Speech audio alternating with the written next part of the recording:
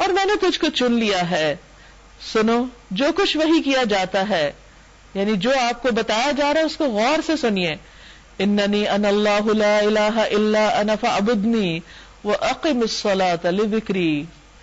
میں ہی اللہ ہوں، میرے سوا کوئی الہ نہیں، بس تم میری بندگی کرو اور میری یاد کے لیے نماز قائم کرو. اب آپ دیکھیے پہلا حکم جو موسیٰ علیہ السلام کو دیا جا رہا ہے نبوت ملنے کے بعد وہ کیا ہے؟ اللہ کی یاد، اللہ کا ذکر، صرف اٹھتے بیٹھتے نہیں بلکہ ایک مخصوص شکل میں، وقت کی پابندی کے ساتھ، نماز کی شکل میں.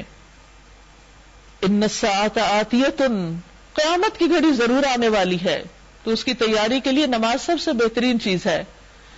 میں اس کا وقت مخفی رکھنا چاہتا ہوں، کسی کو نہیں پتا، تاکہ ہر شخص اپنی صحیح کے مطابق بدلہ پائے. بس کوئی ایسا شخص جو اس پر ایمان نہیں لاتا، یعنی آخرت کو نہیں مانتا اور اپنی خواہش نفس کا بندہ بن گیا ہے، تجھ کو اس گھڑی کی فکر سے روک نہ دے. یعنی ایسے لوگوں کی بات نہ سننا، ایسی کمپنی کو اوائڈ کرنا، کہیں وہ تمہیں اس دن سے بے خبر نہ کر دیں، بے خوف نہ کر دیں، بے فکر نہ کر دیں، ورنہ تو ہلاکت میں پڑ جائے گا. اب آپ دیکھیے اللہ تعالی موسیٰ علیہ السلام سے یہ بات کہہ رہے ہیں جبکہ ان کو اپنے کلام کے ساتھ اتنی عزت بخش رہے ہیں اور صاف صاف بتا رہے ہیں کہ اگر یہ نہیں کیا تو پھر مشکل ہوگی. اب یہ تو نہیں کہ موسیٰ علیہ السلام کرنے والے تھے، لیکن ان کو سنا کے ہمیں بتایا جا رہا ہے کہ اللہ کی بات ہر ایک کے لیے ہے. یہ نہیں کہ جو اللہ کے پیارے ہیں ان کو اللہ تعالیٰ وہ جو چاہے کرتے رہے، ان کو ایسے ہی چھوڑ دیں گے، نہیں. اور اے موسیٰ یہ تیرے ہاتھ میں کیا ہے؟ موسیٰ علیہ السلام نے جواب دیا یہ میری لاٹھی ہے. بس اتنا ہی جواب کافی تھا، لیکن اللہ تعالیٰ سے بات بڑھانے کے لیے اور اس کو طول دینے کے لیے، کیونکہ جس سے انسان بات کرنا پسند کرتا ہے اس سے بات کو لمبا کر دیتا ہے، بعض اوقات ضرورت سے زیادہ بھی ہو جاتی. میں اس پہ ٹیک لگا کے چلتا ہوں، اس سے اپنی بکریوں کے لیے پتے جھاڑتا ہوں، اور بھی بہت سے کام ہیں جو اس سے لیتا ہوں. قال القھا یا موسیٰ، فرمایا پھینک دے اس کو موسیٰ. اب وہ اتنے کام کی چیز اس کو پھینک دے. اب انہوں نے آگے کوئی حجت بازی نہیں کی، کہتے فَأَلْقَاهَا، اس نے پھینک دیا، اللہ نے حکم دیا فوراً پھینک دیا. فَإِذَا هِيَ حَيَّةٌ تَسْعَىٰ، یکایک وہ ایک سانپ تھی جو دوڑ رہا تھا. موسیٰ علیہ السلام گھبرا گئے، فرمایا پکڑو اس کو اور ڈرو نہیں. پھر اللہ کا حکم. اب سوچئے کہ اگر کوئی آپ کو کہے سانپ کو پکڑ لو تو اس وقت کتنا مشکل ہوگا. بظاہر انسان سانپ کو دیکھتے تو ایک طرف بھاگ جاتا ہے، اللہ کا حکم تھا تو انہوں نے آگے بڑھ کے پکڑ لیا اس کو. اللہ تعالیٰ نے فرمایا کہ ڈرو نہیں.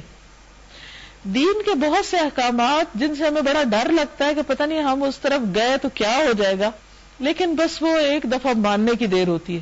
جب ایک دفعہ انسان وہ کر لیتا ہے کام تو پھر اس کے بعد خوف نکل جاتا ہے. وہ بندوں کا خوف ہوتا ہے بعض اوقات جس کی وجہ سے ہم کچھ کام نہیں کرتے، لیکن جب انسان یہ جان لینا یہ اللہ کا حکم ہے اور مجھے کرنا ہے، بس کرنا ہے، اور کر جائے تو بس اللہ تعالیٰ آسانی کر دیتے. فرمایا پکڑ لو اس کو، ڈرو نہیں، ہم اسے ویسا ہی کر دیں گے جیسے یہ تھی، یعنی پھر یہ عصا بن جائے گا. اور ذرا اپنا ہاتھ اپنی بغل میں دباؤ، چمکتا ہوا نکلے گا بغیر کسی تکلیف کے. اچھا بعض اوقات عصا سانپ بن جاتا ہے اور بعض اوقات ایک معمولی چیز چمک اٹھتی، یعنی دونوں پہلو ہوتے ہیں. تو ایسے میں بھی انسان ایک طرح سے اس کو انکریجمنٹ ہوتی، یعنی جب وہ اللہ کی طرف جاتا ہے تو اس کو بعض اوقات دنیا کے فائدے ہونے لگتے ہیں. لیکن ضروری نہیں کہ ہر وقت فائدے بھی ہوں، بعض اوقات مشکلات بھی ہوتی ہیں. اصل چیز ہے اطاعت، بندگی اسی کا نام ہے کہ اللہ کا حکم ہے، فائدہ ہے یا نقصان بس مجھے کرنا ہے. یہ دوسری نشانی ہے، اس لیے کہ ہم تجھے اپنی بڑی نشانیاں دکھانے والے ہیں. اب تو فرعون کے پاس جا، وہ سرکش ہو گیا ہے. قال رب اشرح لي صدري ويسر لي امري واحلل عقدة من لساني يفقهوا قولي.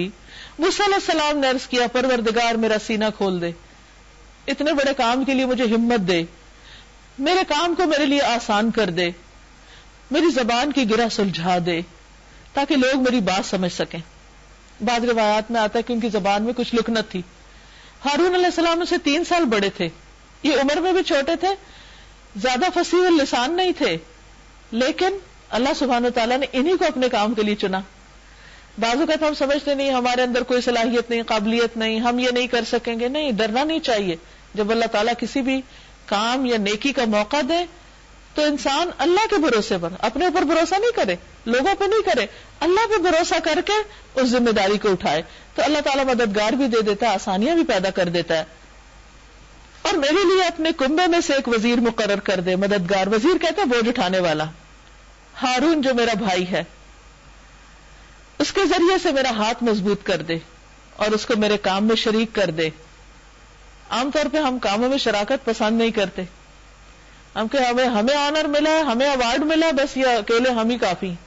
وہ کہتے نہیں، اتنا اچھا کام ہے اللہ، اس کو بھی میرا مددگار بنا دے تاکہ ہم خوب تیری پاکی بیان کریں. اکیلا آدمی بعض اوقات بھول جاتا ہے بات، لیکن اگر ایک سے دو بھی ہو تو انسان کو دین پر مضبوطی آ جاتی ہے، کام آسان ہو جاتا ہے.